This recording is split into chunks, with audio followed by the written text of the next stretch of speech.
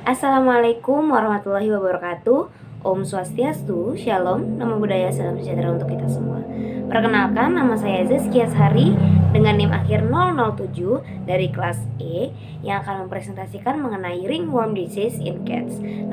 Oke baik, mengapa saya mengambil tema judulnya itu ill ring in cats? Karena ill jika diterjemahkan ke bahasa Indonesia memiliki arti yaitu penyakit. Dan juga untuk ringnya, kata dari ring ini, karena untuk penyakit ringworm sendiri memiliki kata-kata utama yaitu cincin yang di bahasa Indonesia yaitu ring. Kemudian in cats-nya karena pada kasus ini saya mengkhususkan terhadap hewan kucing. Nah, uniknya penyakit ringworm ini terdiri dari dua kata ringworm. Ring artinya cincin, worm artinya cacing. Namun, ringworm ini tentunya tidak didasari atau tidak disebabkan oleh cacing. Lantas mengapa dinamakan ringworm? Karena pertama, ring, jadi dalam penyakit ini itu bentuk dari lukanya berbentuk seperti cincin dan bulat. Dan kenapa ada asal kata muasal worm, yaitu karena dari bentuk luka tersebut dia melingkar seperti cincin, seperti cacing yang melingkar. Jadilah asal mulanya dinamakan worm. Jadi itulah singkatnya mengapa dinamakan ringworm. Nah, penyakit cincin unik ini dinamakan dengan istilah ringworm, tetapi juga memiliki sinonim yang juga dikenal di masyarakat luas, seperti dermatomycosis, kemudian tinea, trichotiphitosis, dan juga kurap. Nah, jika di manusia itu biasanya dikenal dengan kurap. Kamu kurapan gitu. Jadi jarang manusia atau orang-orang menyebutnya dengan kamu terkena ringworm. Mungkin sudah beberapa menyebutkan dengan kata ringworm, namun masih banyak yang menyebutkan dengan kata kurap. Nah, penyakit ringworm ini merupakan salah satu penyakit zoonosis. Ya, zoonosis karena dapat ditularkan dari hewan ke manusia. Begitupun sebaliknya. Jadi, misalkan dari hewan yang terkena ringworm ini, kemudian seperti kita, dokter hewan, menghandle kucing ataupun anjing yang terkena ringworm, maka akan terkena ringworm ini.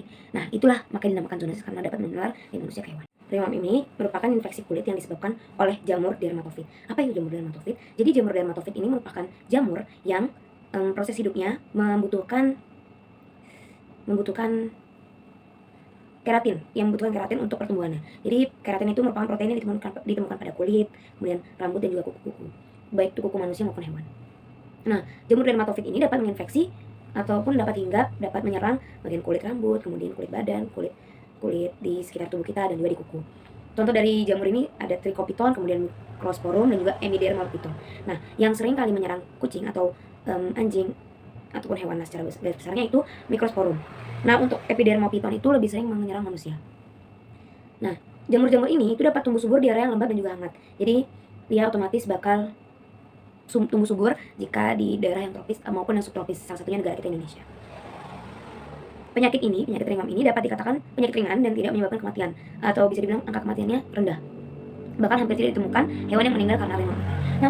Namun hal ini dapat menyebabkan tidak nyaman bagi manusia maupun bagi hewannya, dan juga dapat menyebabkan kerugian ekonomi bagi para peternak mungkin maupun para pemberi hewan.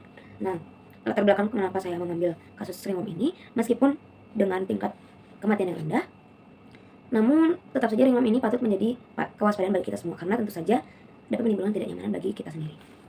Oke, seperti yang sudah saya bahas tadi, ringworm ini dapat memunculkan berbagai permasalahan. Ada zoonosis, kemudian ketidaknyamanan atau uncomfortable, kemudian economic loss, dan juga yang terakhir itch, gatal. Nah, kita bahas dari yang pertama, zoonosis. Yang tadi sudah saya bahas, zoonosis itu merupakan perpindahan penyakit yang bisa disebabkan dari hewan ke manusia, baik itu dari jamur, bakteri, maupun virus dan lain-lain. Nah, ini bisa kita lihat di gambar. Di gambar ini adalah bentuk-bentuk dari ringworm yang ada di kulit manusia. Nah, ini bisa disebarkan dari hewan yang mereka sering berinteraksi, terutamanya kucing. Kemudian bisa menyebabkan ketidaknyamanan. Nah, ketidaknyamanan ini bisa di dua pihak. Untuk kucing bisa menyebabkan ketidaknyamanan, yaitu mereka akan sering menggaruk-garuk tubuhnya dan bisa jadi menyebabkan infeksi sekunder. Kemudian ketidaknyamanan bagi kita sebagai manusia, gatal-gatal di seluruh tubuh. Tentunya kita tidak mau kita terkena penyakit ringworm ini dan kemudian menyebabkan ketidaknyamanan bagi kita sendiri. Kemudian adanya economic loss. Kenapa bisa economic loss ini menjadi permasalahan dalam penyakit ringworm? Karena misalkan jika di kucing yang breeding ataupun breeder mengidap penyakit ini, ringworm, di tubuhnya, maka pembeli-pembeli itu tidak akan tertarik terhadap kucing tersebut. Dan apabila dalam satu kawanan ternak kucing ini semuanya terkena ringworm, maka pemilik atau pembreeder ini akan menghadapi kerugian ekonomi, akan miskin mungkin apabila jika breeder kucing ini merupakan salah satu profesi utamanya. Kemudian itch, gatal. Tentunya kita sebagai manusia dan juga hewan tidak ingin terkena gatal-gatal. tidak suka terkena gatal. Ini sebenarnya bisa dihubungkan dengan ketidaknyamanan itch gatal ini.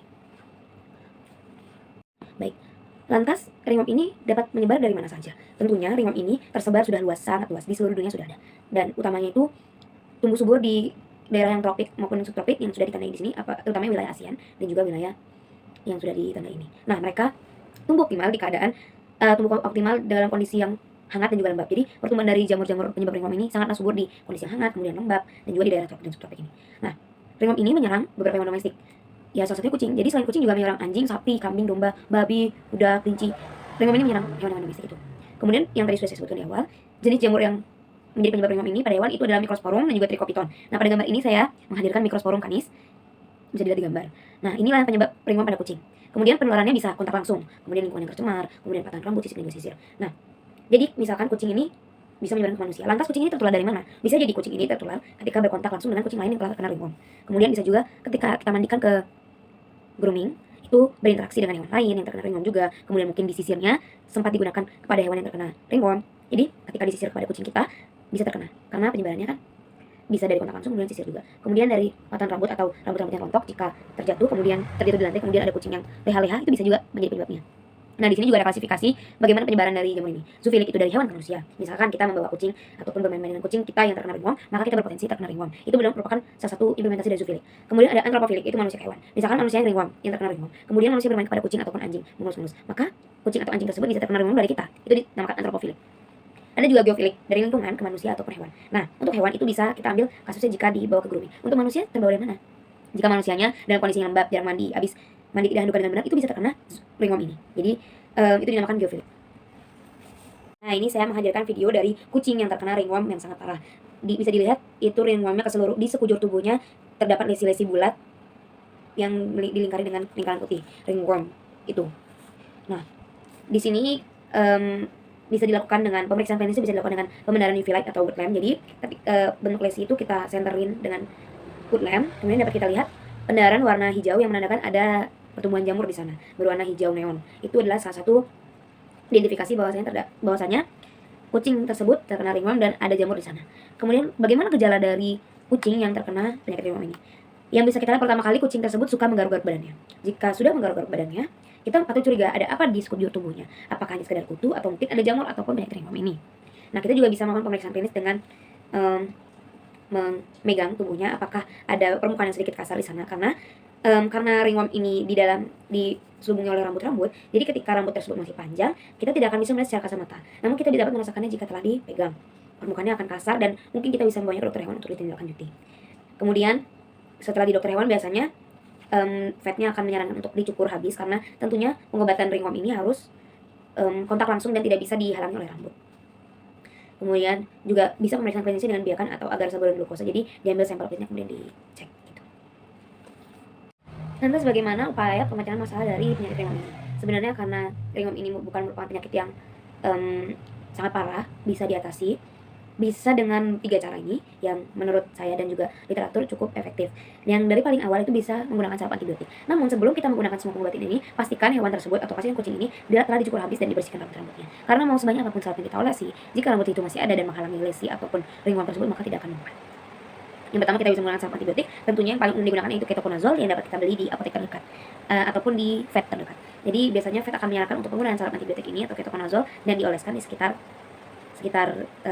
lukanya, dan juga dibarengi dengan mandi anti jamur ini. Nah, mandi anti jamur ini tentunya sangat efektif karena ketika mandi dibarengi dengan bahan kimia yang akan membasmi jamur ini dan juga ditambah dengan pengobatan saraf antibiotik, maka akan lebih efektif nantinya. Nah, untuk antibiotik oral ini biasanya akan menjadi pertimbangan bagi vetnya karena tergantung dengan ringworm yang diderita. Jika separah kucing yang tadi, maka mungkin saja akan diberikan antibiotik oral dan bentuk oral juga tambahan. Namun apabila ringwormnya hanya 1 maupun 2, mungkin hanya menggunakan saraf antibiotik dan juga dengan habit mandi anti jamur ini. Kemudian untuk antibiotik oral yang diberikan tentu saja tetap sama, yaitu ketoconazole tablet. Namun untuk ketoconazole tablet ini sebisa mungkin dihindari karena dapat menyebabkan ketoksikan dalam tubuh hewan. Dan juga habit yang lain, tentunya kita dapat menjaga kebersihan kandang. Karena seperti yang dibahas tadi, penyebaran itu bisa juga dari lingkungan. Jadi kita tetap harus menjaga kebersihan dari kandangnya, utamanya dalam cuaca yang saat ini lembab, kemudian hujan terus, dan mungkin hewan-hewan itu jarang mandi, maka penyakit ringworm ini akan lebih subur untuk muncul ke